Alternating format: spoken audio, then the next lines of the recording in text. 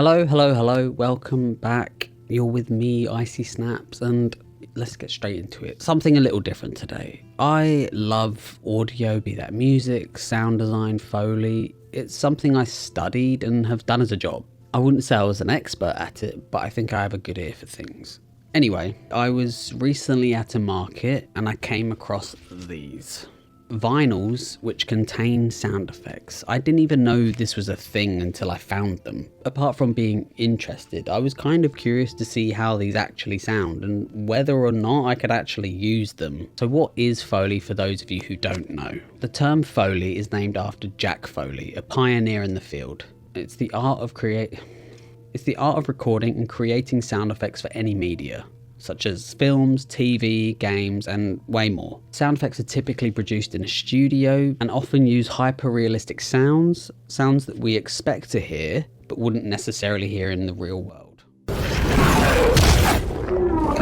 Foley artists use a variety of props and equipment to recreate everyday sounds and special sound effects. For example, they might walk on different surfaces to create footsteps, rustle clothing to stimulate movement, or use various objects to mimic specific actions. It's kind of been my experience that Foley and sound design is usually the last thing to be thought about when budgeting for a film or movie. The amount of times I've been approached and they say, "We can't pay you though," is mad, absolutely insane. But the thing is, it plays a vital role in creating a fully immersive and engaging audio-visual experience. It involves a combination of creativity, precision, and technical skill. Getting a little off topic there. So let's have a look at the vinyl. So I've looked online and I can't really find that much information about them, but this one is definitely Italian. It basically says made in Italy. It was produced in the 80s. This one, on the other hand, I couldn't find anything except a date which says printed 1960, but I don't know whether that's just the original or this is a copy, so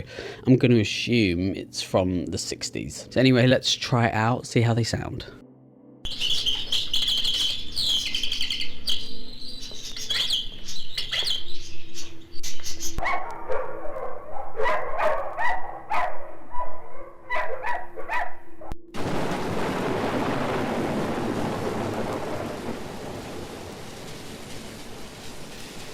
So the Italian vinyl turned out to be better quality, it sounded better, it didn't have as many imperfections, crackles and pops. Interestingly, one of the unique aspects about the vinyl is the sound quality. Depending on the film, imagine I'm sort of making something a bit more old-timey or, you know, reminiscent of that era. It's actually probably perfect. I can't imagine it was easy to sync these up to films back in the day, because it'd be like on tape and then, yeah, palaver. But they must have, because otherwise why do they even exist? So I'm going to find a clip online, add these sounds, and yeah, let's see the results. I knocked this up really quickly, like 10 minutes or so. I used the film A Call from a Stranger, a classic. I've just uploaded some of the sounds from the record and I've sort of edited them, cut them out, spliced them, moved them in the right positions, etc, etc. I recorded extra surface noise from the vinyl to act as background noise, just to fill out all the quiet spots. So I used iZotope to get rid of some of the crackle and the like surface noise, but it's still quite bad because the vinyl was in bad condition. But you know, it works with the type of film, so that's good. Added some EQ, got rid of a lot of the high end, a little bit of the low ends, and yeah, so let's see how it sounds.